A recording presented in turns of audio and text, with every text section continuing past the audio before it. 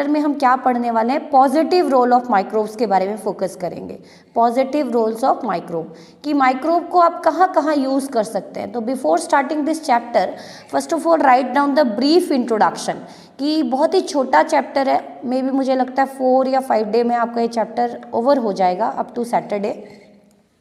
तो brief introduction की बात कर लेते हैं कि इस चैप्टर में हम क्या क्या पढ़ने वाले हैं। सबसे पहला तो हम पढ़ेंगे बेटा role of microbes in household product. Role of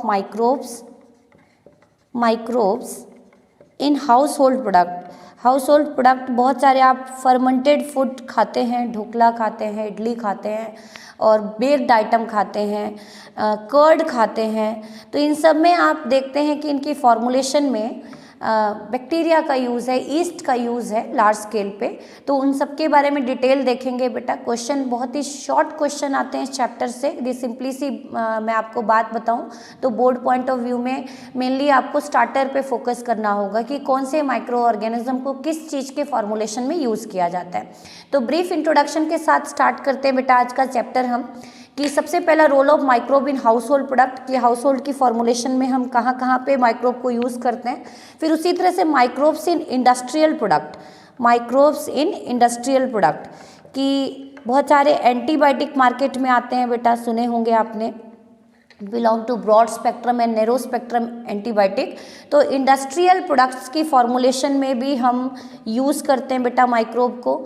बहुत सारे इंडस्ट्रियल प्रोडक्ट हैं, लाइक अल्कोहल है, बेवरेजेस जिनको आप बोलते हो अल्कोहल की, फर्मेंटेड बेवरेज जिसको बोलते हो आप अल्कोहल, जिसमें ईस्ट को यूज़ किया जाता है। ईस्ट जो है सैक्रोमाइसिस सीरिविसिए, जो हमने नाम सुना है, इसको बेकर्स और ब्रीविंग ईस्ट कहा जाता है। तो इंडस्ट्रियल प्रोडक्ट में हम 2 प्रोडक्ट पढ़ेंगे बेटा, कि किस तरह से फर्मेंटेड बेवरेज बनाए जाते हैं, किस माइक्रोब्स को यूज़ किया जाता है इनकी फर्मेंटेड बेवरेज, जिसमें आपके अल्कोहल आते हैं। अल्कोहल को फर्दर हमने 2 कैटेगरी में डिवाइड किया, distilled and non distilled. Second हम पढ़ेंगे एंटीबायोटिक की फॉर्मुलेशन में, कोई भी 2-3 एंटीबायोटिक और उनकी सोर्स कहाँ से वो ऑब्टेन किए जाते हैं। थर्ड हम पढ़ेंगे बेटा microbes in production of organic acids and alcohol. Organic acids and alcohol भी बनाए जाते हैं, ऑर्गेनिक एसिड्स बनाए जाते हैं और बहुत सारे एंजाइम्स बनाए जाते हैं माइक्रोब को यूज़ करके, लाइक स्ट्रेप्टोकाइनेज एंजाइम पढ़ेंगे, लाइपेज पढ़ेंगे, पैक्टिनेज पढ़ेंगे। उसी तरह से bio active substance, last topic मैंने आपको ग्राफ्ट रिजेक्शन पढ़ाया था और वहाँ पे मैंने एक नेम डिस्कस किया था बेटा, इम्यूनो सप्रेसेंट, जो इम्यून सिस्टम को सप्रेस कर देते हैं to prevent graft rejection. Bioactive molecule के बारे में समझेंगे हम, बायो एक्टिव मॉलिक्यूल्स के बारे में समझेंगे। फिर हम इसमें थर्ड टॉपिक मोस्ट इंपॉर्टेंट करेंगे, इसके ऊपर लेंदी क्वेश्चन बन सकता है बेटा, माइक्रोब्स इन sewage treatment plant. Sewage treatment plant, STP plant, जैसे अपना यहाँ फतेहाबाद का सीवेज ट्रीटमेंट प्लांट वहाँ पे लोकेटेड है बेटा, क्रिसेंट स्कूल के पास में जो विलेज है। Sewage treatment plant, STP, sewage treatment plant.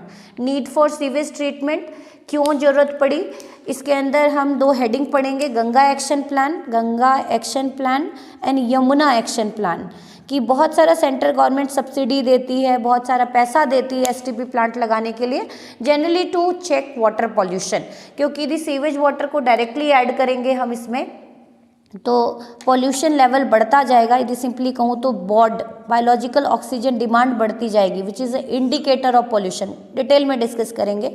Fourth हम इसमें पढ़ेंगे बेटा microbes in production of biogas. Biogas जिसको आप गोबर गैस भी बोलते हैं, बायोगैस भी बोलते हैं। तो सबसे इम्पॉर्टेंट पूछा जाता है कि जो गोबर गैस है गाँव में लगाए जाते हैं, तो इसके अंदर सबसे इम्पॉर्टेंट कंट्रीब्यूशन है इंडियन एग्रीकल्चर रिसर्च इंस्टीट्यूट की, IARI की, and Khadi village industries commission, Khadi village and industry commission. इन दोनों के इनिशिएटिव से गाँव में बेटा Indian agriculture research institute and Khadi and village industry commission develop the technology of biogas in India. अपने इंडिया में बायोगैस डेवलप कराने का कंट्रीब्यूशन, बायोगैस प्लांट का contribution, technology of biogas production का जो कंट्रीब्यूशन है वो इन दोनों को जाता है, Indian agriculture research institute, khadi village and industrial commission, industrial commission KVIC, sorry industrial commission. हाँ, फिर इसके अंदर हम मैकेनिज्म ऑफ बायोगैस प्रोडक्शन पढ़ने वाले हैं। इसमें हम इंपॉर्टेंट टॉपिक क्या करेंगे बेटा, मैकेनिज्म ऑफ बायोगैस प्रोडक्शन। जिसका डायग्राम भी कई बार ड्रॉ करना आ जाता है बायोगैस प्लांट का, मैकेनिज्म ऑफ बायोगैस प्रोडक्शन, है ना। ये इंपॉर्टेंट टॉपिक बनता है, यदि मैं सिंपली कहूँ तो ये थोड़ा सा लेंदी बनता है, बहुत इंपॉर्टेंट टॉपिक है, डायरेक्ट क्वेश्चन पूछे जाते हैं। और क्या क्या हम इस चैप्टर में पढ़ने वाले हैं बेटा, 4A 2 टॉपिक और पढ़ेंगे। Microbes as bio control agent, मतलब पेस्ट को यदि हम किल करें पेस्टिसाइड से तो वो हम क्या कह सकते हैं कि यदि आप पेस्टिसाइड यूज़ कर रहे हो तो it lead to great soil pollution को भी लीड करता है, बायोमैग्निफिकेशन को भी लीड करता है, यूट्रोफिकेशन को भी लीड करता है। तो क्यों ना हम ऐसी नोबल स्ट्रेटेजी को फॉलो करें, इंटीग्रेटेड पेस्ट मैनेजमेंट को फॉलो करें कि हम किसी लिविंग ऑर्गेनिज्म को यूज़ करके ही पेस्ट को कंट्रोल करें। तो नेक्स्ट हम पढ़ेंगे IPM, integrated pest management, integrated pest management, integrated pest management कि हम पेस्ट को कंट्रोल करें किसी भी बायो एक्टिव या बायो लिविंग ऑर्गेनिज्म के थ्रू, जिसमें हम बायो कंट्रोल एजेंट, इसमें हम बहुत सारे क्या पढ़ने वाले हैं, microbes as bio control agent, microbes as bio control agent, bio control agents, जहाँ पे अलग अलग माइक्रोब्स को यूज़ किया जाता है। जैसे बहुत सारे ड्रैगन फ्लाई हैं, लेडी बग हैं, बैसिलस thuringiensis बैक्टीरिया है use to control butterfly, caterpillar, butterfly के कैटरपिलर को कंट्रोल करने में यूज़ होता है। तो जहाँ पे हम लिविंग ऑर्गेनिज्म के थ्रू पेस्ट को कंट्रोल कर रहे हैं उसके लिए हमने टर्म यूज़ किया बेटा बायो कंट्रोल एजेंट। फिर आ जाता है बेटा microbes as bio fertiliser, microbes as bio fertiliser, bio fertiliser, ठीक, माइक्रोब्स एज बायो फर्टिलाइज़र, जिसमें बहुत सारे बैक्टीरिया सुने होंगे आपने, राइजोबियम सुना होगा, उसी तरह से आपने इसके अंदर माइकोराइजा सुना होगा, साइनोबैक्टीरिया जिसके अंदर हीट्रोसिस्ट होती हैं नाइट्रोजन फिक्सेशन के लिए। तो टोटल 6 टॉपिक के अंडर हम इस चैप्टर को कवर करेंगे। टोटल आपके इस चैप्टर में मेजर कितने टॉपिक हैं बेटा, NCERT आप रीड करेंगे तो टोटल मेजर 6 टॉपिक है। तो आज का सेगमेंट जो हमारा फोकस रहेगा, role of microbes in household product, कि घर में आप किन किन चीज़ों की फॉर्मुलेशन में माइक्रोब को यूज़ कर सकते हैं। तो फटाफट हेडिंग डाल लें आज के सेगमेंट की, role of microbes in household product. तो चैप्टर स्टार्ट कर रहे हैं बेटा हम अपना, न्यू चैप्टर है, चैप्टर नंबर 10, बहुत ही ईजी है, ज़्यादा सा मैं कहूँ कि कुछ भी इसमें टफनेस नहीं है। तो नेक्स्ट आ जाते हैं आज का first topic, topic number 1, role of microbes in household product. फटाफट फर्स्ट टॉपिक डाल लें, role of microbes in household product.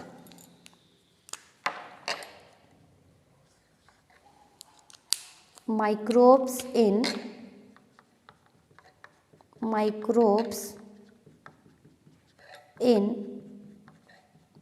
House hold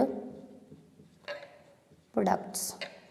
house hold products में कहाँ कहाँ पे माइक्रोब को आप यूज़ करते हैं ना, कहाँ कहाँ यूज़ करते हैं डेली डे रूटीन में, आप कहाँ कहाँ यूज़ करते हैं। तो नंबर 1 इज़ कर्ड, कर्ड बनाने में, है ना, कर्ड बनाने में नंबर 1 हेडिंग डालने कर्ड। कर्ड सबने खाई है और इसमें हम बहुत सारी स्पीसीज बैक्टीरिया की यूज़ करते हैं। The most common one is lactobacillus and lactic acid bacteria. तो curd is found by adding a small amount of curd to milk which act as a starter. Clear. तो कैसे आप setting करते हैं, milk में आप क्या ऐड करते हैं, मिल्क में क्या ऐड करते हैं, small amount of curd, small amount of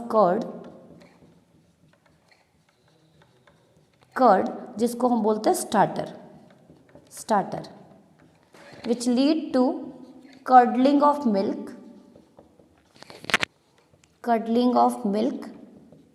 curdled होना शुरू हो जाता है milk, and then setting of curd की फॉर्मेशन हो जाती है ना, सेटिंग ऑफ कर्ड, और कर्ड पूरी तरह से जम जाती है, दही जमना जिसको बोलते हैं ना कर्ड। तो स्टार्टर कौन सा यूज़ होने वाला है बेटा, यहाँ पे स्टार्टर जो हम ये थोड़ा सा खट्टा डालते हैं, कर्ड डालते हैं, that starter consist of which bacteria, lactobacillus bacteria, lactobacillus bacteria. और the second bacteria which is commonly found in curd is full form is lactic acid bacteria, acid bacteria. अब क्या क्यों ये स्टार्टर की तरह यूज़ होते हैं, ऐसा ये क्या करते हैं बेटा, तो ये जो दोनों बैक्टीरिया हैं, ये क्या करते हैं, ये लैक्टोज को, मिल्क शुगर को किस में कन्वर्ट कर देते हैं, लैक्टिक एसिड में। This bacteria convert lactose, milk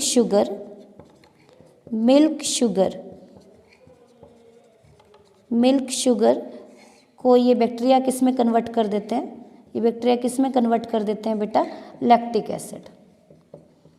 and lactic acid is responsible for curdling of milk, है ना, कडलिंग ऑफ मिल्क कर्डल्ड हो जाता है। एक तो क्वेश्चन पूछा जाता है स्टार्टर, कर्ड में कौन सा स्टार्टर यूज हो रहा है, lactobacillus bacteria, lactic acid bacteria, lower class से आप पढ़ते आ रहे हैं। तो acid released by LAB during the growth coagulate and partially digest milk protein casein. क्या करते हैं, responsible for curdling of milk. क्यों कडलिंग होती है, due to curdling of, due to precipitation of casein protein. Milk में दो protein होते हैं बेटा, whey protein and casein protein.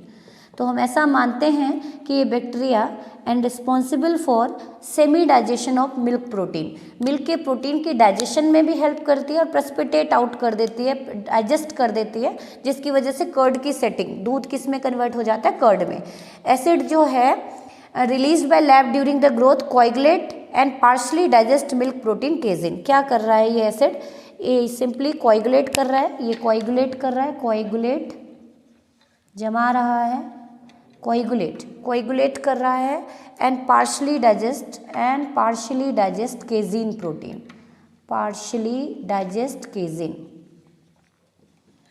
केजीन protein की बात कर रही हूँ यहाँ पे, केजीन protein. Clear.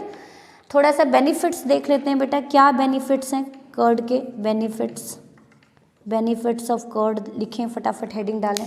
Increase vitamin B12 amount, दस increase nutrient quality of milk, increase vitamin B12 quantity, मतलब जो लोग कर्ड खाते हैं उनको विटामिन B12 की अवेलेबिलिटी ज़्यादा होती है या कभी भी डेफिशिएंसी नहीं होती। और check disease causing microbes in stomach, benefits over milk. Question पूछा जाता है why curd is better over milk. एक तो विटामिन B12 क्वांटिटी ज़्यादा होती है, एक इसके अंदर सेमी डाइजेस्टेड प्रोटीन होते हैं, semi digested proteins, partially digested protein, मतलब हैंस इजी टू डाइजेस्टेबल या इजी टू डाइजेस्ट, मतलब मिल्क को डाइजेस्ट होने में टाइम कंपैरेटिवली ज़्यादा लगता है एज़ कम्पेयर टू कर्ड। और ऐसा क्यों होता है, क्योंकि जो कर्ड है बेटा उसमें ऑलरेडी प्रोटीन डाइजेस्टेबल फॉर्म में है, और ऐसा किसने किया है, लैक्टिक एसिड ने। और ये लैक्टिक एसिड किन्होंने प्रोड्यूस किया था, लैक्टोबैसिलस बैक्टीरिया ने।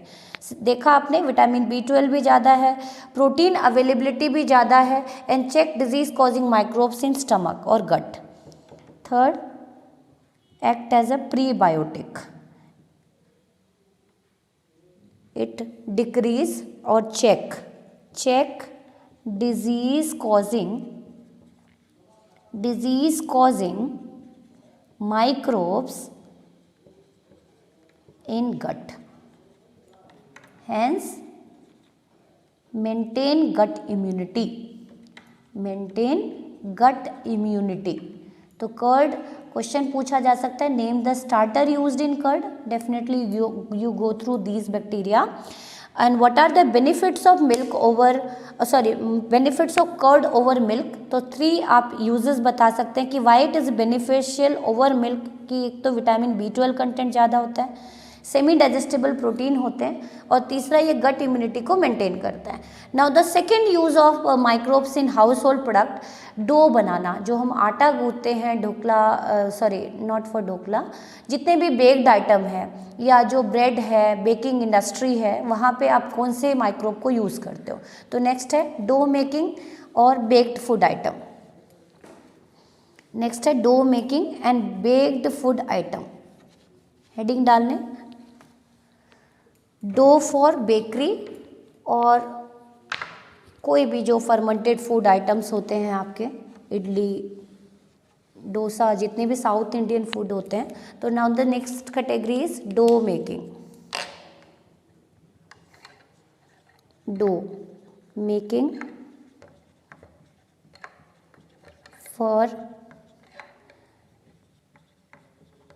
बेकरी आइटम्स, बेक्ड आइटम्स और जितने भी साउथ इंडियन रेसिपीज़ हैं वहाँ पे जो डो बनाते हैं उसमें हम कौन से माइक्रोब को यूज़ करते हैं ना, ऐसा क्या है, ब्रेड बनाते हैं उन सब में किन को यूज़ करते हैं। तो dough is formed by fermentation by bacteria and bread is made by fermentation of most common yeast, जिसको हम बेकर्स ईस्ट बोलते हैं। तो स्टार्टर कौन सा यूज़ कर रहे हैं, हमें स्टार्टर पे फोकस करना है बेटा। सिंपल सी बात बताऊं तो starter here used is baker's east.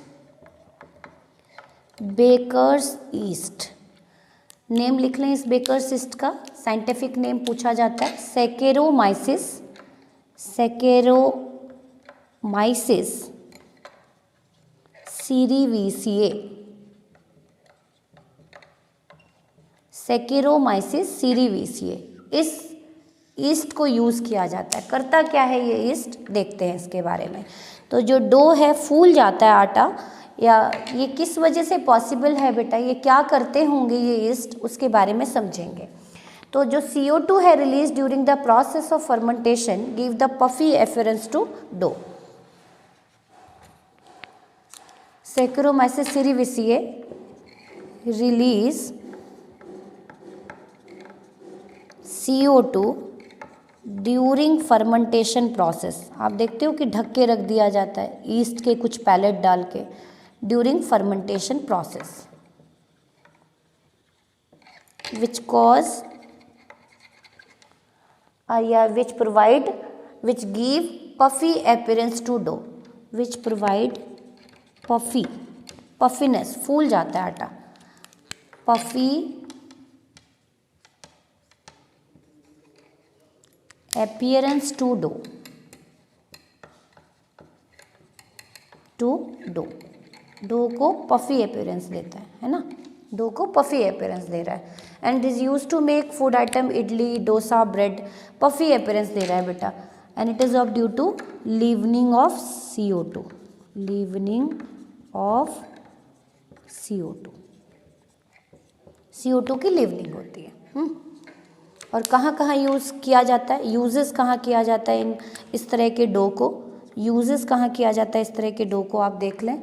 Making, used in making, use to make food, make food like idli dosa, not sambar, idli dosa bread etcetera, इन सब में यूज़ किया जाता है।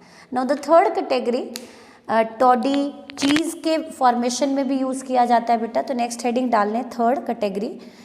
टॉडी क्या होती है, फर्मेंटेड ड्रिंक होती है जो साउथ इंडिया में कॉमनली यूज़ किया जाता है, एज ए फ्रेशनर यूज़ किया जाता है। तो डो आपको क्लियर हो गया होगा। मेन मतलब यदि सिंपल सी बात कहूँ तो स्टार्टर के ऊपर ही आप फोकस करेंगे, डिटेल में कोई यूज़ के ऊपर क्वेश्चन बहुत कम आते हैं। Starter used in dough making for fermented food item, इस तरह के क्वेश्चन आ सकते हैं आपके।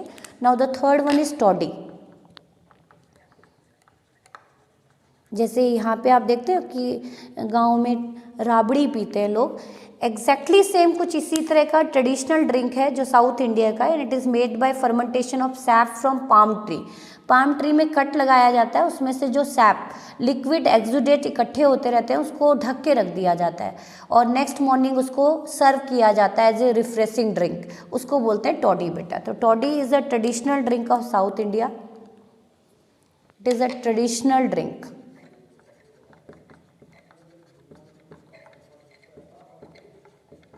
Of south India.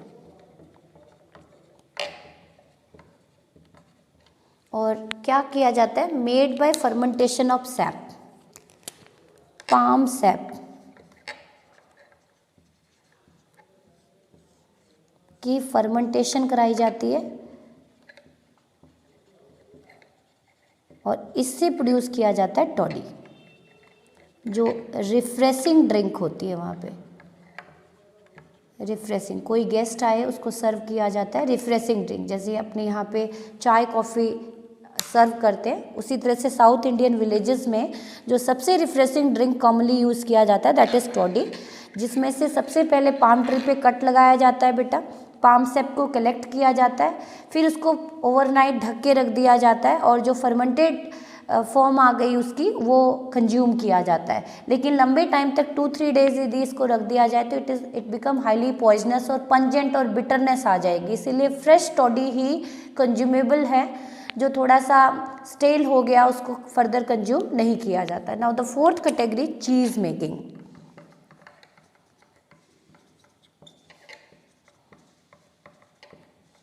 Cheese making में भी हम माइक्रोब को यूज़ करते हैं।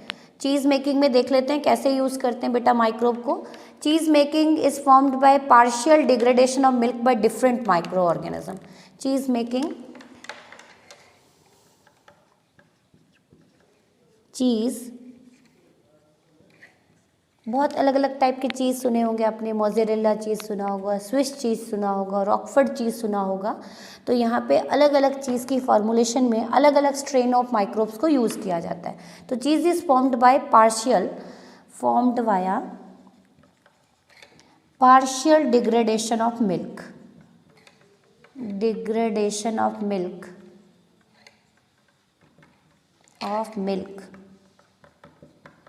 via different strains of microbes, जिसमें अलग अलग टाइप के माइक्रोब्स को यूज़ किया जाता है चीज़ की मेकिंग में, है ना। Number 1 common Swiss cheese is formed. Swiss cheese direct question पूछे जाते हैं बेटा, क्या होते हैं, कौन सा स्टार्टर यूज़ होता है, तो you can write down the first heading Swiss cheese.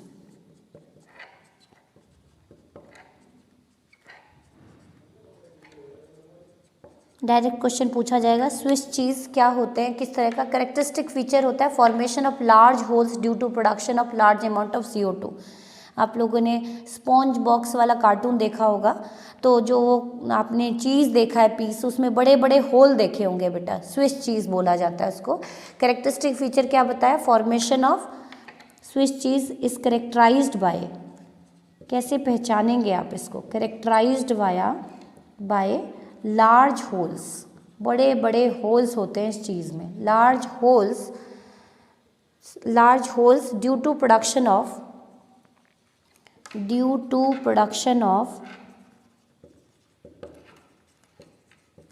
Large amount of CO2, CO2 की लार्ज अमाउंट में प्रोडक्शन होती है स्विस चीज़। हाँ, स्विस चीज़ में कौन सा माइक्रोबैक्टीरिया यूज़ करते हैं, starter is formed by the bacterium propionibacterium shermanii. ऐसे याद रख लेना, starter used in the formulation of Swiss cheese, propionibacterium shermanii, propionibacterium shermanii. ऐसे याद करने का तरीका है बेटा, ऐसे ही स्विस चीज़ शर्मानी, क्लियर, प्रोप्यूनिबैक्टीरियम शर्मानी। यहाँ पे हम NI प्रोप्यूनिबैक्टीरियम शर्मानी, ये हम स्टार्टर यूज़ करते हैं कौन सी चीज़ की फॉर्मुलेशन में, Swiss cheese. Now the next category is Roquefort cheese, जो थोड़ा सा पर्टिकुलर फ्लेवर होता है बेटा, ब्लूइश टिंज होता है इसमें, Rockford cheese, Rockford cheese. It is characterized by pungent flavor,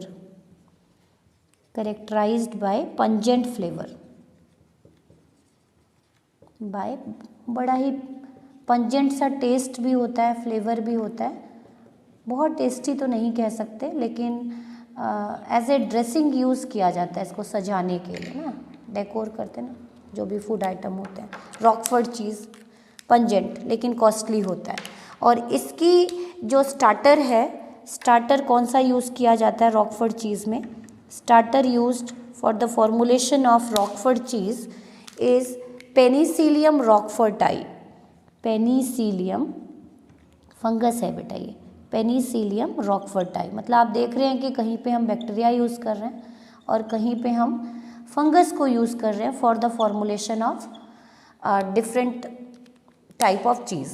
तो ये दो चीज़ आपके सिलेबस में थे, ध्यान से समझें। चीज़ हम बनाते हैं partial degradation of milk, Swiss cheese and Roquefort cheese. Swiss cheese की फॉर्मुलेशन में हम कौन सा स्टार्टर यूज़ कर रहे हैं, प्रोप्यूनिबैक्टीरियम शर्मानी। रॉकफोर्ट चीज़ में हम यूज़ कर रहे हैं पेनिसिलियम रॉकफोर्टाई। इससे याद रह जाएगा, पूरा नेम ना आए तो पी डॉट रॉकफोर्टाई भी कर सकते हैं बेटा। तो आपने 4 प्रोडक्ट देख लिए हाउस होल्ड आइटम में। सबसे पहला कर्ड, जिसमें हमने स्टार्टर यूज़ किया था lactic acid bacteria and lactic acid bacteria LAB जिसको बोल रहे थे। Second is lactobacillus bacteria. Second आपने पढ़ा dough making for fermented food item और बेक्ड आइटम, जहाँ पे आपने सैकेरोमाइसिस सीरीविसिए को यूज़ किया। Toddy is the most refreshing drink in South India which is obtained और procured from palm sap. Palm sap की फर्मेंटेशन से बनाया जाता है। चीज़ मेकिंग में 2 तरह की चीज़ समझे बेटा आपने, Swiss cheese and Roquefort cheese. Swiss cheese में स्टार्टर यूज़ कर रहे हैं प्रोप्यूनिबैक्टीरियम शर्मानी, एस से आपको रिकॉल रहेगा। रॉकफोर्ट चीज़ जहाँ पे हम fungus as a starter use कर रहे हैं पेनिसिलियम रॉकफोर्टाई। नेक्स्ट हेडिंग डालें microbes in industrial product. Topic number 2 microbes in industrial product. Industries में कहाँ कहाँ पे माइक्रोब को यूज़ किया जाता है उसके बारे में समझेंगे। Topic number 2 microbes in the formulation of industrial product.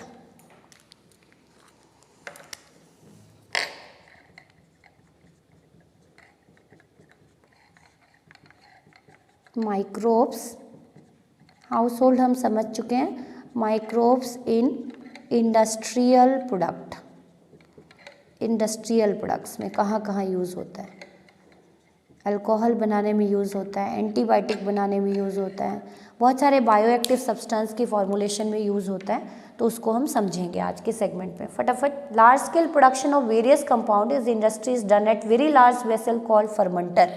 कि ये सारी चीज़ें कहाँ पे फॉर्मुलेट की जा रही हैं बेटा, फर्मेंटर में। Swiss cheese,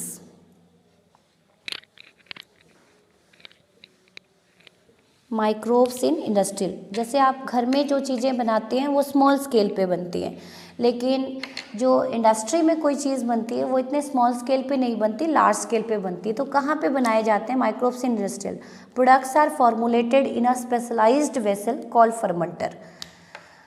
products are formulated, चाहे वो एसिड हो, चाहे वो एंजाइम हो, चाहे आपके बायोएक्टिव मॉलिक्यूल हो, चाहे अल्कोहल हैं, कोई भी प्रोडक्ट हो सकता है, are formulated in large vessel called fermenter. क्या बोलते हैं उस वेसल को बेटा, फर्मेंटर बोलते हैं। फर्मेंटर, जैसे हमने बायोरिएक्टर पढ़ा था, pretty much same fermenter, bioreactor जैसा ही होता है फर्मेंटर। 2 तरह की प्रोसेस से बनाए जाते हैं, batch process and continuous. Detail में नहीं है, बस नेमिंग क्लियर कराऊंगी। बैच प्रोसेस, सपोज कोई थोड़ा सा ही लॉट चाहिए बेटा आपको, तो हम फर्मेंटर में फेड कर देते हैं, सब कुछ इनपुट डाल देते हैं जो भी आपको रॉ मटेरियल डालना है, और फर्दर हम उस प्रोडक्ट को रिकवर कर लेते हैं। प्रोडक्ट को क्या कर लेते हैं, रिकवर कर लेते हैं। रॉ मटेरियल डाला एक ही साथ, एक लॉट में, सिंगल लॉट डाल दिया हमने, और प्रोडक्ट को क्या कर लिया जाता है, रिकवर कर लिया जाता है। क्या कर लिया जाता है, रिकवर। उस प्रोसेस को बोलते हैं batch process.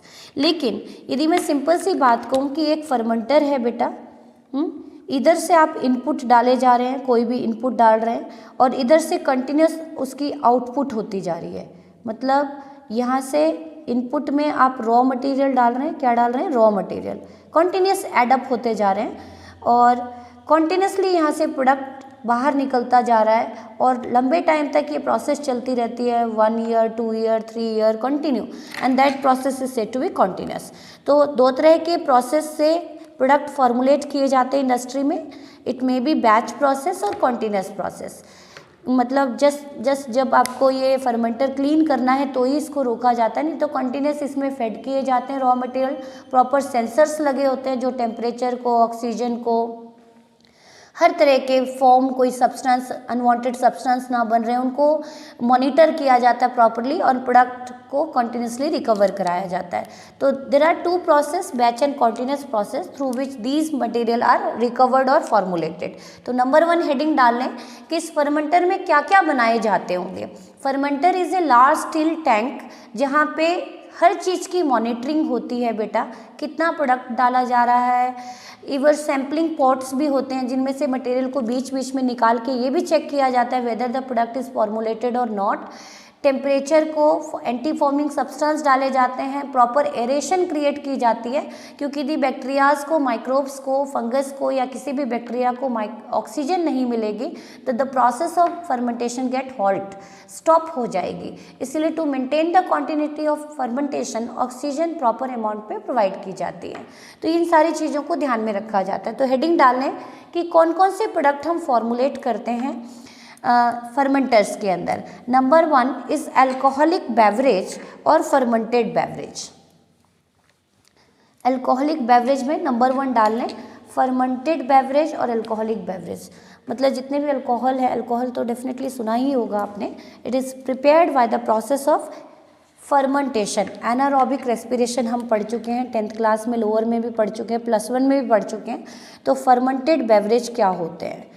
Fermented beverage number 1 heading डाल लें फर्मेंटेड बेवरेज। इंडस्ट्रीज़ में किन किन प्रोडक्ट को बनाया जाता है, किस में बनाया जाता है? फर्मेंटर में। किस प्रोसेस से बनाया जाता है? Batch process and continuous process, जितनी उनकी डिमांड होगी। तो फर्मेंटेड बेवरेज में बेवरेजेस फॉर्म्ड बाय फर्मेंटेशन, बहुत सारे माल्टेड सीरियल्स हैं, फ्रूट जूस हैं, उनसे बनाए जाते हैं। तो फर्मेंटेड बेवरेज को कैसे डिफाइन करेंगे? Are the beverage are defined as beverages. Beverages का मतलब होता है ड्रिंकेबल आइटम्स, पेय पदार्थ हिंदी में बोलते हैं, और इंग्लिश में ड्रिंकेबल आइटम्स, जो भी पीते हैं आप। तो defined as beverages formed via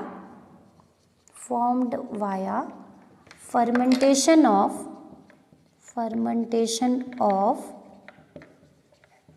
malted cereals. The most one common cereals used in the formulation of alcohol is barley, जौ जिसको बोलते हो, है ना, जौ। और भी बहुत सारे बेटा, फ्रूट्स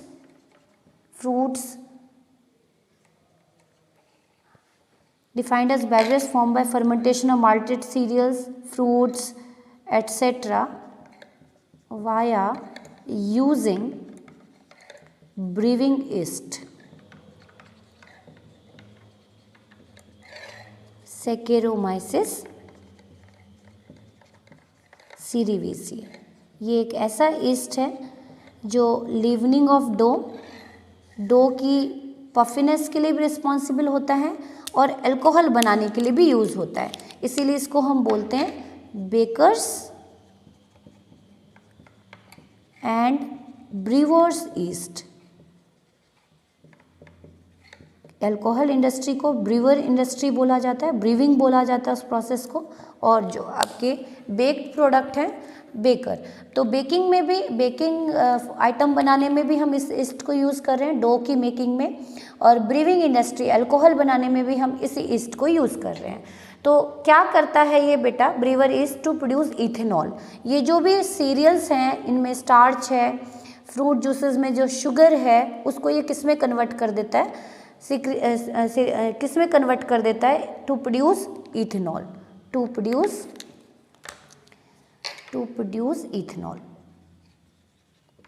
इथेनॉल, अल्कोहल बनाई जाती है। क्लियर?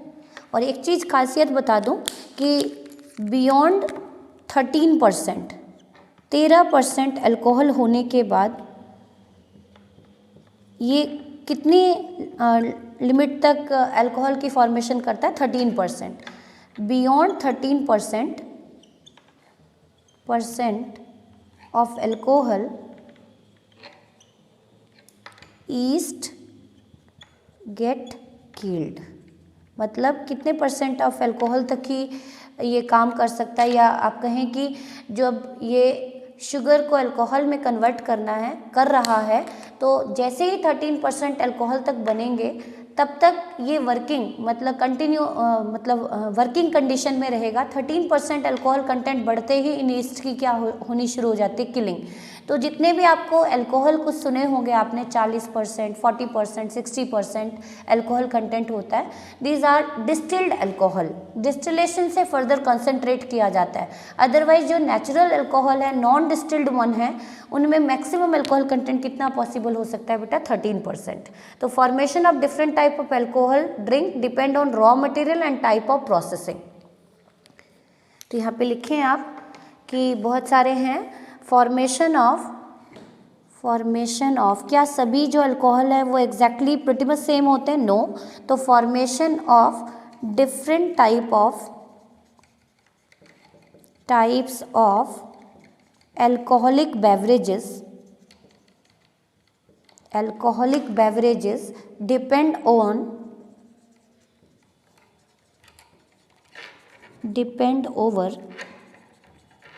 किसके ऊपर डिपेंड करता है ये? रॉ मटेरियल के ऊपर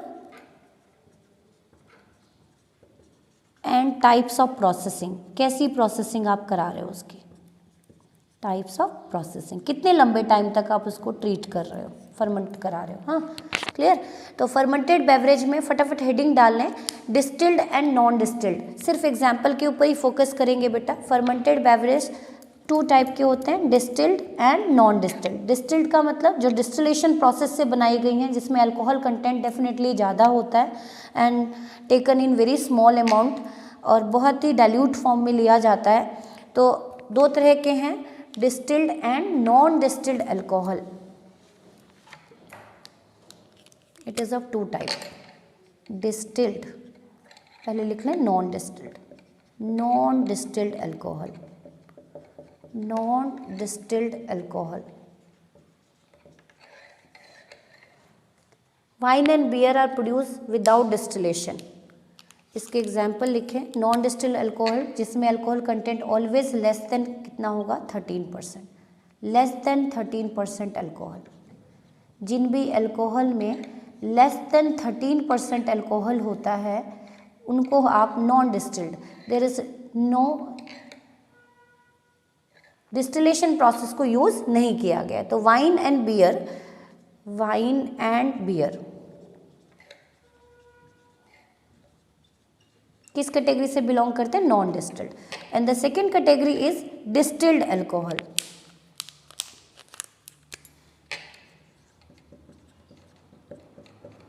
डिस्टिल्ड अल्कोहल वेरी करता है कि कितना लंबा टाइम, जितना आप डिस्टिलेशन कर देंगे उसमें alcohol content definitely more than होगा 13%। विस्की है, ब्रांडी है, रम है, वोडका है, शैंपेन है। तो whisky, rum, brandy, vodka and champagne, इनके अंदर अल्कोहल कंटेंट बहुत ज़्यादा, रम में अप्रॉक्सीमेट 60 to 70% होता है। तो मैक्सिमम अल्कोहल कंटेंट रम में और शैंपेन में देखा गया है। तो मैंने आपको बताया कि नेचुरली जो अल्कोहल बनाए जाते हैं, नॉन डिस्टिल्ड अल्कोहल, उनमें अल्कोहलिक कंटेंट कम होता है। क्यों कम होता है बेटा? क्योंकि रीज़न क्या दिया मैंने आपको कि बियॉन्ड 13% ईस्ट खुद ब खुद सेल्फ किल्ड होने शुरू हो जाएंगे उस एनवायरनमेंट में, तो फर्दर वो अल्कोहल की फॉर्मुलेशन नहीं करेंगे। तो to make alcohol highly concentrate we use process distillation. तो these are formed via distillation, formed via distillation to concentrate the amount of ethanol. Ethanol का अमाउंट कंसनट्रेट किया जाता है। तो आप देखते हैं कि 2 तरह के अल्कोहलिक बेवरेज मार्केट में अवेलेबल होते हैं, non distilled and distilled. Distilled one is definitely costlier one, क्योंकि उसमें अल्कोहलिक कंटेंट भी ज़्यादा है, it is further formulated via process of distillation. Now the second product which are prepared at industrial level in fermenter is antibiotics. कौन antibiotics क्या होती हैं ये हम देख चुके हैं, which provide passive immunity to, passive immunity provide करते हैं, इमीडिएट इम्यूनिटी देते हैं, सेल्फ इम्यूनिटी देते हैं पर्टिकुलर पैथोजेंस को ख़त्म करने के लिए, फिनिश करने के लिए. इट मे बी बैक्टीरियोस्टैटिक और cidal in nature. Now the next one is antibiotics. First हमने पढ़ा alcoholic beverage. Now the next one is antibiotics. थोड़ा बहुत एंटीबायोटिक्स हम ह्यूमन हेल्थ एंड डिजीज़ में डिस्कस कर चुके हैं. केमिकल सब्सटेंस होते हैं बेटा, और सबसे पहला कंट्रीब्यूशन एंटीबायोटिक डिस्कवरी का किनको जाता है? Alexander Fleming. तो हेडिंग डाल लें एंटीबायोटिक. क्या होते हैं एंटीबायोटिक, किनसे फॉर्मुलेट किए जाते हैं?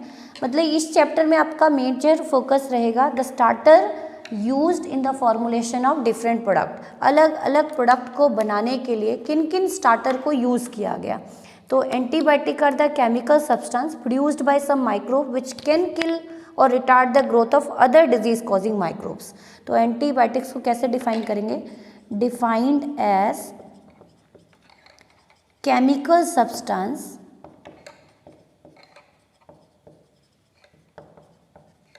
produced via microbes to kill specific disease causing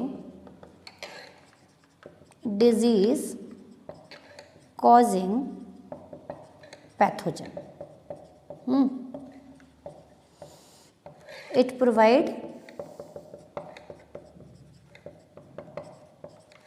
specific passive immunity. आपको कैसी इम्यूनिटी देती है? स्पेसिफिक इमीडिएट इम्यूनिटी देती है बेटा. जब आपकी बॉडी सफिशिएंट एंटीबॉडीज़ नहीं बना पाते तो डॉक्टर प्रिस्क्राइब करते हैं antibiotic which provide specific passive immunity to target specific pathogens. It may be bacteriostatic, it may be bacteriostatic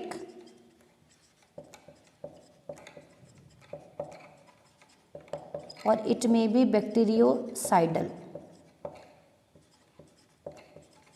या तो बैक्टीरिया की ग्रोथ को रिटार्ड कर देते हैं, ग्रोथ को retard the growth of pathogens, growth of bacteria, और यह किल कर देते हैं बैक्टीरिया को, किल द पैथोजेनिक बैक्टीरिया. तो आप क्या देख रहे हैं कि पैथोजेनिक माइक्रोब्स और bacteria.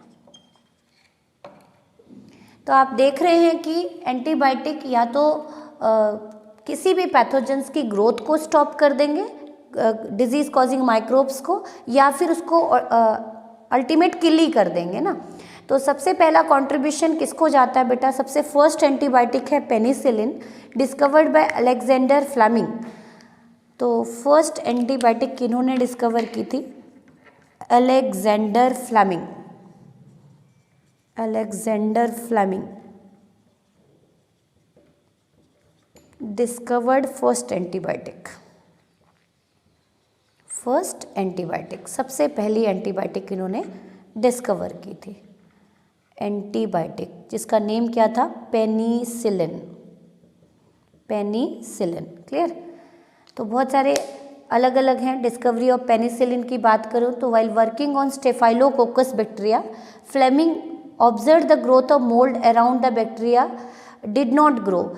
It was found to be chemical penicillin produce by, मतलब ये किसके ऊपर काम कर रहे थे बेटा? एक स्टेफाइलोकोकस बैक्टीरिया पे काम कर रहे थे. और इन्होंने देखा कि जहाँ पे पेनिसिलियम नोटेटम फंगस है वहाँ पे बैक्टीरिया ग्रो नहीं कर पा रहे. इसका मतलब जो पेनिसिलियम नोटेटम से कुछ केमिकल रिलीज हो रहा है which stop the growth of staphylococcus bacteria. तो नेक्स्ट हेडिंग डालने डिस्कवरी ऑफ पेनिसिलिन. कैसे डिस्कवर किया था? वैसे कोई इम्पॉर्टेंट नहीं है पर आपको पता होना चाहिए कि इन्होंने किस तरह से डिस्कवर किया था. इट इज़ अ सिरेंडिपिटी, मतलब चांस डिस्कवरी थी, कोई इंटेंशन नहीं था उनका कोई भी एंटीबायोटिक डिस्कवर करने का. उनका जो मेन रिसर्च एरिया था वो माइक्रोब्स की ग्रोथ को देख रहे थे. कौन से बैक्टीरिया पे वर्क कर रहे थे? Staphylococcus bacteria. तो नेक्स्ट हेडिंग डालने discovery of penicillin. Discovery of penicillin, it is a serendipity. Chance discovery थी उनकी, डिस्कवरी ऑफ पेनिसिलिन। जैसे आर्किमिडीज का प्रिंसिपल पढ़ते हो, बॉइंट फोर्स, वो भी चांस डिस्कवरी थी। न्यूटन का भी लॉ चांस डिस्कवरी थी। उसी तरह से पेनिसिलिन की डिस्कवरी भी चांस डिस्कवरी थी, और उसके लिए एक स्पेशल टर्म यूज़ करते हैं, सेरेंडिपिटी, डिस्कवरी ऑफ पेनिसिलिन। तो इन्हों किसके ऊपर काम करे थे? फ्लेमिंग ने क्या ऑब्जर्व किया था? तो वाइल वर्किंग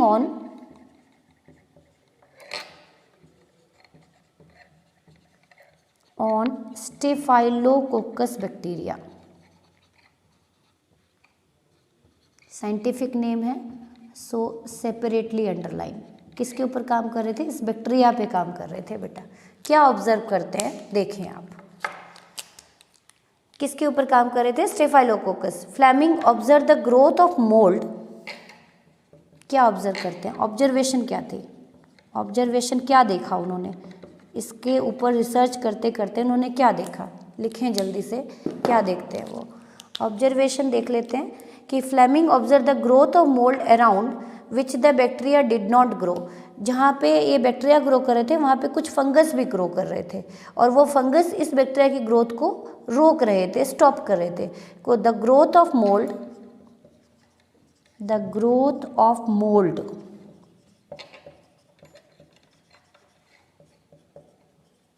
पेनिसिलियम नोटेटम। किस मोल्ड की, किस फंगस की बात कर रहे हैं हम? पेनिसिलियम नोटेटम फंगस की बात कर रहे हैं बेटा हम। The growth of mould around which the bacteria did not grow, around which the bacteria did not grow. उन्होंने देखा कि जहाँ पे इस फंगस की ग्रोथ हो रही है वहाँ पे ये वाला बैक्टीरिया ग्रो नहीं कर पा रहा। इसका मतलब it was found to be a chemical penicillin produced by Penicillium. तो it was found that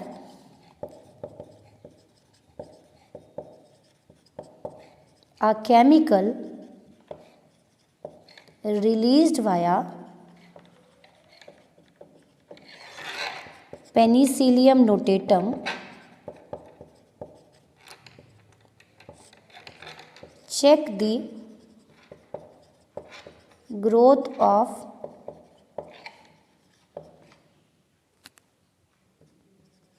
bacteria in their vicinity, कि जो भी बैक्टीरिया उसके आसपास हैं उसकी ग्रोथ को चेक कर रहा है। और बाद में पता चला कि this chemical was penicillin antibiotic. इस तरह से उन्होंने इसकी डिस्कवरी की थी, और इसको हम वंडर ड्रग भी बोलते हैं बेटा। बहुत सारी कैजुअलिटी को रोका गया था या प्रिवेंट कराया गया था during second world war. That's why it is said to be wonder drug.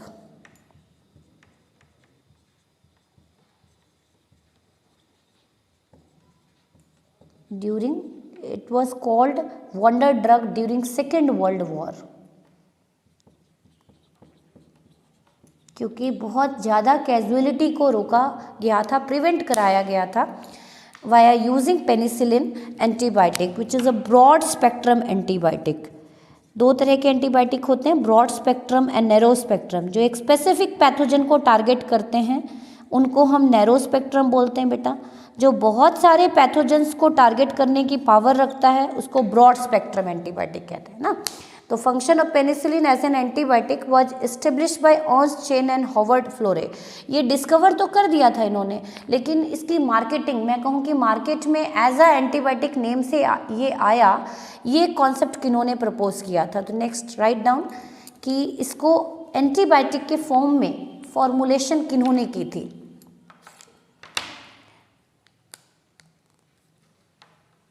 Penicillin, the function of penicillin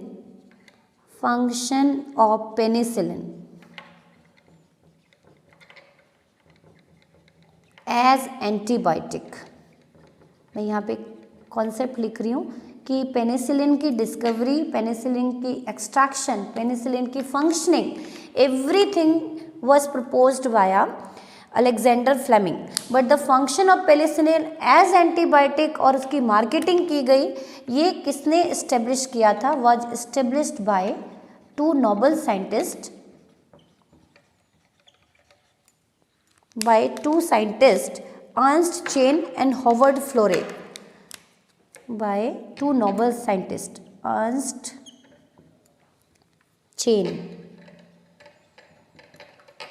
and Howard Florey, इन दो को जाता है, मतलब इसकी मार्केटिंग और इसकी further large scale production as a antibiotic किन्होंने की थी? Ernst Chain and Howard Florey ने। लेकिन इसका कंप्लीट कि ये वर्क क्या ऐसे करता है, कहाँ से एक्सट्रैक्ट किया गया, इसकी डिस्कवरी का कंट्रीब्यूशन किसको जाता है बेटा? अलेक्जेंडर फ्लेमिंग को। तो बहुत सारे एंटीबायोटिक हैं, इंक्लूड प्लेग, वुपिंग कफ, काली खांसी के लिए, डिप्थीरिया गलघोटू के लिए, लेप्रोसी के लिए, बहुत सारे एंटीबायोटिक हैं। तो दो एंटीबायोटिक के हम लिखेंगे, एक तो आपने लिख लिया पेनिसिलिन बेटा, सोर्स पेनिसिलिन हमने किससे निकाला है? पेनिसिलियम नोटेटम फंगस से। उसी तरह से aspergillin, fumagillin, sorry not aspergillin, it is a फ्यूमीगैलिन,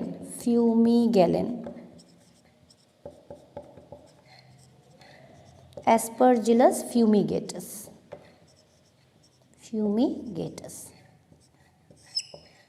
etcetera. बहुत सारे एंटीबायोटिक, आप कोई भी 4-5 नेम कर सकते हैं, ये आपका होमवर्क है। तो ये था topic 2, microbes in industrial product, कि माइक्रोब को इंडस्ट्रियल प्रोडक्ट में आपने क्या क्या बना लिए? फर्मेंटेड बेवरेज बना लिए बेटा, एंटीबायोटिक बना लिए। थर्ड हेडिंग डालें ऑर्गेनिक एसिड। सिर्फ हमें स्टार्टर पे फोकस करना है। स्टार्टर समझ रहे हैं कि किस माइक्रोब को यूज करके कौन सा प्रोडक्ट बना रहे हो। जैसे पेनिसिलिन एंटीबायोटिक कहाँ से एक्सट्रैक्ट किया गया? Penicillium notatum. फ्यूमीगैलिन किससे निकाला गया? Aspergillus fumigatus, A stand for Aspergillus fumigatus fungus. Clear? Now the next one is organic acid. Organic acids 2 category हमने पढ़ ली, अल्कोहलिक बेवरेजेस, सेकंड हमने पढ़ा एंटीबायोटिक, थर्ड आप डाल लें organic acid. Organic acid, acid की बात कर रहे हैं, तो यहाँ पे ऑर्गेनिक एसिड, माइक्रोब्स, और सिंपल यूज नहीं है आपके सिलेबस में, mainly focus over starter. Heading डाल लें ऑर्गेनिक एसिड,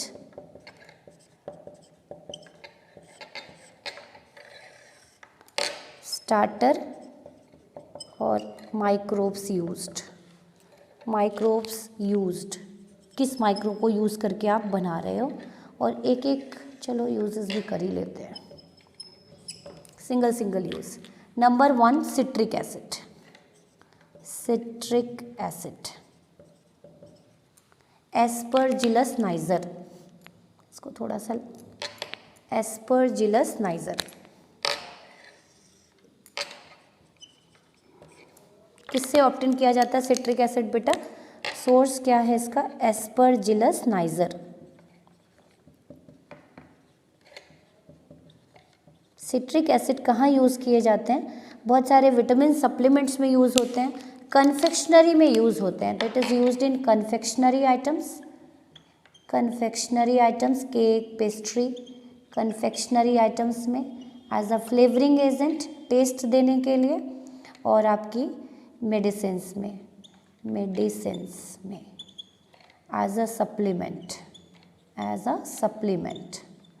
एक एक सिंगल यूज़ देखेंगे, लेकिन हमारा मेन फोकस किस पे रहेगा? माइक्रोब्स यूज्ड, किस माइक्रोब को यूज़ करके आप इनको फॉर्मुलेट कर रहे हो।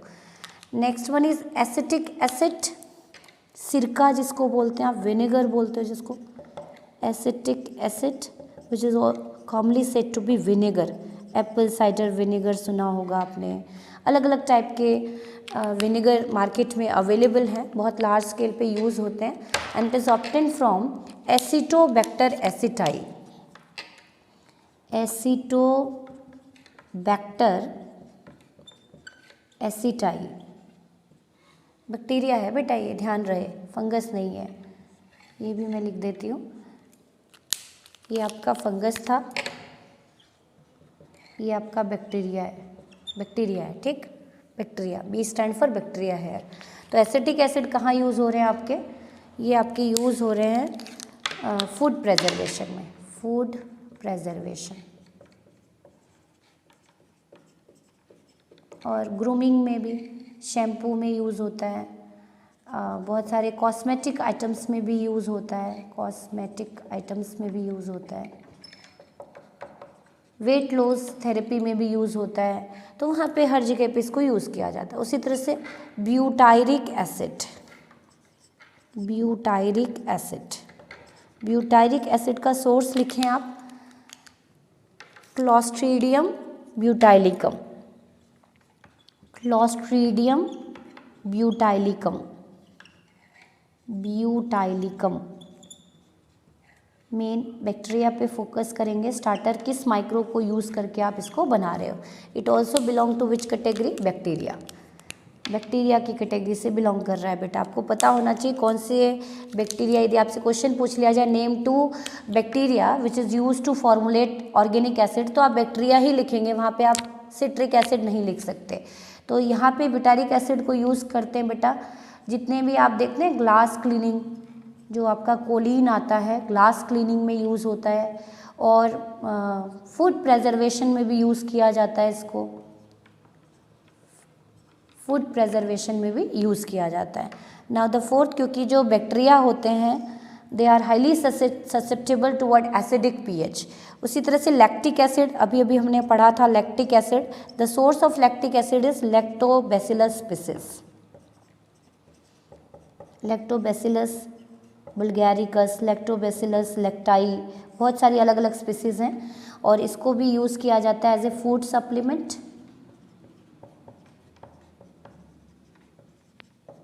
फूड सप्लीमेंट्स की तरह यूज़ किया जाता है। तो ये थे ऑर्गेनिक एसिड, उसके स्टार्टर और उनके यूजेस बेटा। Now come over the enzyme and bioactive molecule, और इसके साथ ही हम आज का लेक्चर ओवर करेंगे। तो फटाफट हेडिंग डालें। हमारा सेकेंड टॉपिक ही कंटिन्यू चल रहा है, microbes in industrial product. Number four is enzymes. Main आपको फोकस करना है the microbes use to formulated different product. अलग अलग प्रोडक्ट बनाने के लिए अलग अलग माइक्रोब्स को यूज़ किया जाता है और उनकी डिफरेंट यूजेस है। तो citric acid is obtained from Aspergillus niger, acetic acid is obtained from Acetobacter aceti, butyric acid is obtained from Clostridium butylicum and lactic acid is obtained from lactobacillus species. तो उसी तरह से कुछ enzymes हैं बेटा और उनके स्टार्टर पे फोकस करेंगे हम। तो नेक्स्ट हेडिंग डालने फटाफट enzymes. Enzymes are biocatalyst use to increase rate of reaction. उसके अलावा भी एंजाइम्स के बहुत सारे रोल हैं। तो फटाफट हेडिंग डालें एंजाइम एंड देयर यूजेस, और कहाँ कहाँ उन एंजाइम्स को यूज़ किया जाता है। तो फटाफट हेडिंग डालें एंजाइम्स।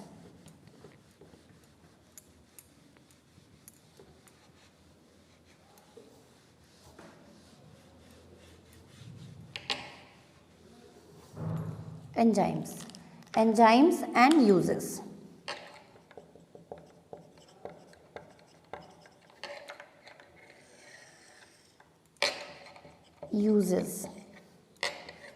एंजाइम्स में नंबर 1 एंजाइम इज लाइपेज।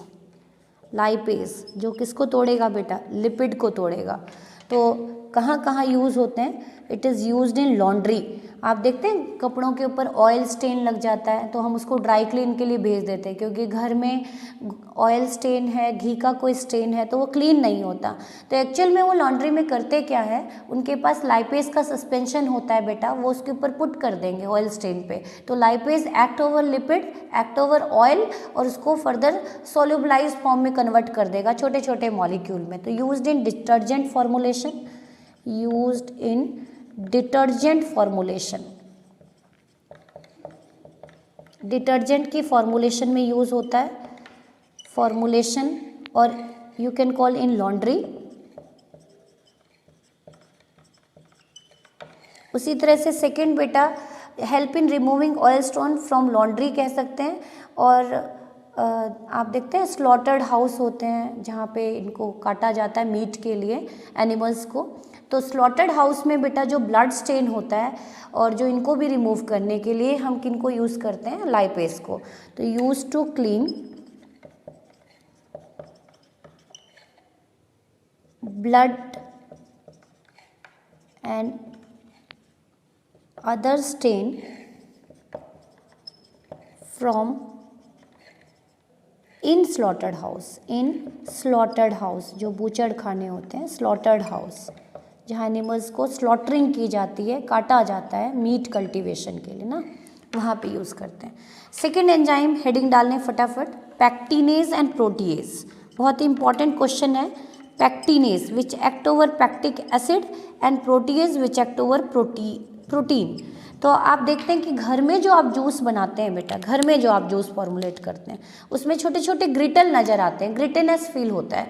लेकिन जो मार्केट का जूस है क्रिस्टल क्लियर होता है, तो वो it is of due to pectinase and protease. तो use to make juice crystal clear, और simple you can call clarification of juices. Juice के क्लैरिफिकेशन में यूज़ किया जाता है कौन सा enzyme, pectinase and protease. Now the third category streptokinase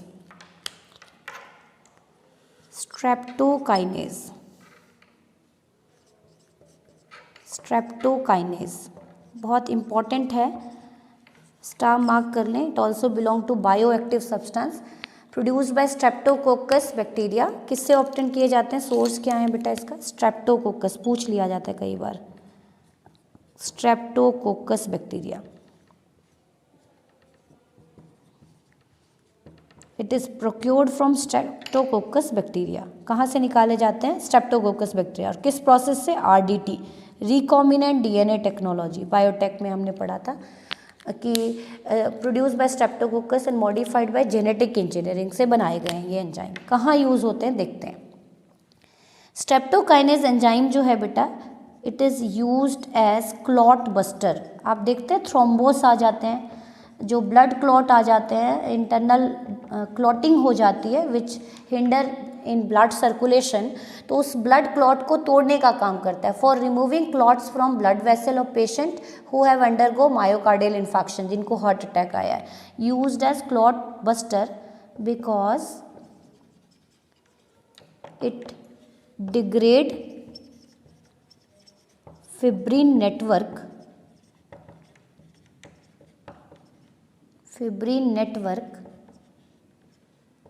and dissolve blood clot. तो जनरली जो हार्ट अटैक के बाद पेशेंट को मेडिसिन दी जाती है, वो यही मेडिसिन दी जाती है for removing clot from blood vessel who have undergone myocardial and dissolve blood clots. Generally suggested, किसको सजेस्ट किया जाता है ये, आप लिखें इसको, मैं ऊपर लिखवा देती हूँ कि स्ट्रेप्टोकाइनेज किनको दिए जाते हैं, स्ट्रेप्टोकाइनेज किनको दिए जाते हैं, आप लिख लें यहीं पे। Streptokinase is a clot buster for removing clot. Streptokinase remove blood clots which is also said to be thrombose। इसको हम थ्रोम्बोस भी बोलते हैं, थ्रोम्बोस बोलते हैं ना। Remove blood clots from blood vessel,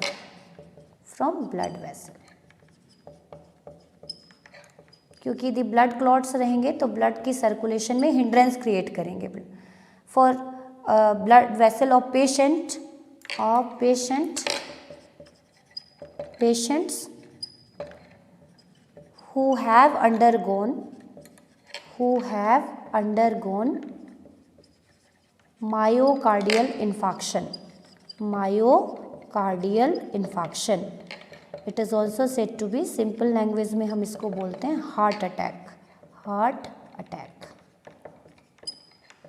तो जिनको हार्ट अटैक हुआ है, माइनर हो मेजर हो, इंटरनल क्लॉटिंग हो चुकी है ब्लड की, तो डॉक्टर उनको सजेस्ट करते हैं बेटा स्ट्रेप्टोकाइनेज एंजाइम, और ये एंजाइम हम किन से निकाल रहे हैं, स्ट्रेप्टोकोकस बैक्टीरिया से वाया जेनेटिक इंजीनियरिंग और recombinant DNA technology with certain modification, है ना। क्लियर हो गया होगा आपको। And now the last substance which is obtained at industrial scale, 5 minute और लूँगी मैं आपका लेक्चर, बायो एक्टिव मॉलिक्यूल, और इसके साथ ही अपना ये टॉपिक 2 कवर हो जाएगा। नेक्स्ट सेगमेंट में हम डिस्कस करेंगे बेटा सीवेज ट्रीटमेंट प्लांट, कल के सेगमेंट में। तो हेडिंग डालने last one, the fifth substance which are formulated at industrial scale is bioactive molecule. Bioactive molecule वो सब्सटेंस होते हैं बेटा जो आपकी बॉडी में प्रिटी मच वही रोल प्ले करते हैं जो आपकी बॉडी के केमिकल प्ले करते हैं, है ना। तो हम देखते हैं कि किस तरह के सब्सटेंस हैं, जिस तरह के आपके एंजाइम्स हैं, आपके कुछ सर्टेन प्रोटीन्स आपके बॉडी में एक्ट करते हैं, वही प्रिटी मच सेम रोल ये केमिकल सब्सटेंस आपकी बॉडी में प्ले करते हैं। तो नेक्स्ट हेडिंग डाल लें bio active molecule. Bioactive molecule में 2 एग्जाम्पल आपकी एनसीईआरटी देती है, एक स्टैटिन, एक साइक्लोस्पोरिन ए। तो नेक्स्ट है bio active molecule, bioactive molecule which play pretty much same role as the protein of your body play। और कहाँ से सोर्स पूछा जाता है इसका, बायोएक्टिव मॉलिक्यूल, फिर आप इसका सोर्स लिख लें और फिर एक लाइन में हम इसका यूज़ भी देख ही लेंगे, सोर्सेज एंड देन यूज़। कहाँ यूज़ किया जाता है इनको। नंबर 1 साइक्लोस्पोरिन ए, साइक्लोस्पोरिन ए, ये वाला बायोएक्टिव मॉलिक्यूल हमने बहुत बार डिस्कस कर लिया है। And it is obtained from source क्या है, Trichoderma, Trichoderma polysporum fungus, scientific name है, so separately underline, Trichoderma polysporum fungus. कहाँ यूज़ किए जाते हैं बेटा, it is used as a immunosuppressive agent in organ transplant patient, used as immunosuppressant drug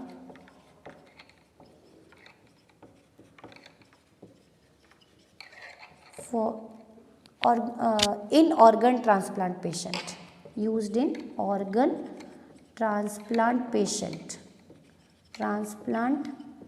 patient to prevent graft rejection, ताकि organ failure ना हो, है ना, graft rejection ना हो। सेकेंड हम देख लेते हैं बेटा स्टैटिन, लास्ट देख लेते हैं स्टैटिन। स्टैटिन जो रोक दे, नेम से क्लियर है स्टैटिन। इसका सोर्स देखेंगे कि किससे हम ऑब्टेन करते हैं, that is obtain from fungus. आप मेनली किस पे फोकस करेंगे बेटा, सोर्स के ऊपर, Monascus परप्यूरस, Monascus परप्यूरस fungus, Monascus परप्यूरस, परप्यूरस fungus, परप्यूरस fungus.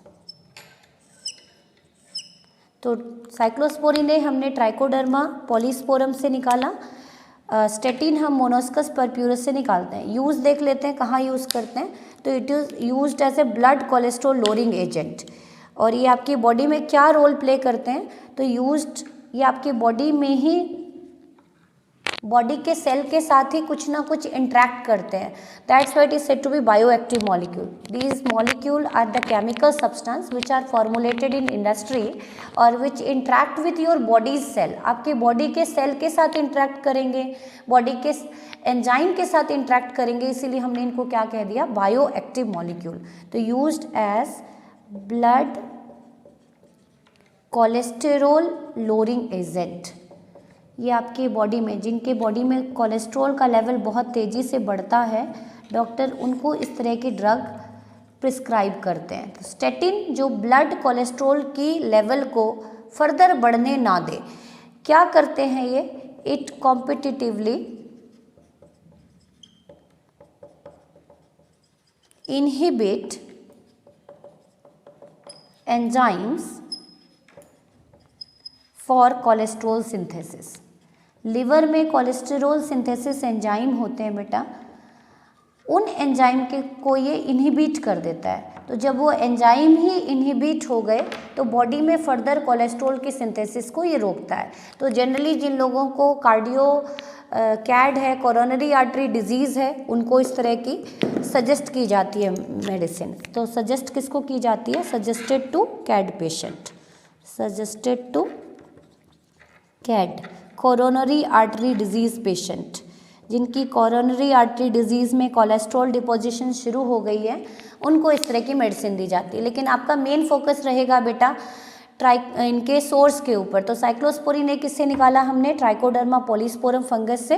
और स्टेटिन किससे निकाला हमने? मोनस्कस परप्यूरस से। And why it is said to be bioactive molecule are those molecule which are chemically formulated in industry, that is in fermenter via batch process और continuous process, लेकिन ये आपकी body के cell के साथ, enzyme के साथ इंटरेक्ट करते हैं। तो this is the complete explanation of microbes in industrial product. तो 2 टॉपिक कवर हो गए बेटा, microbes in household item and microbes in industrial product. In next segment we go through STP, sewage treatment plant. Thank you so much.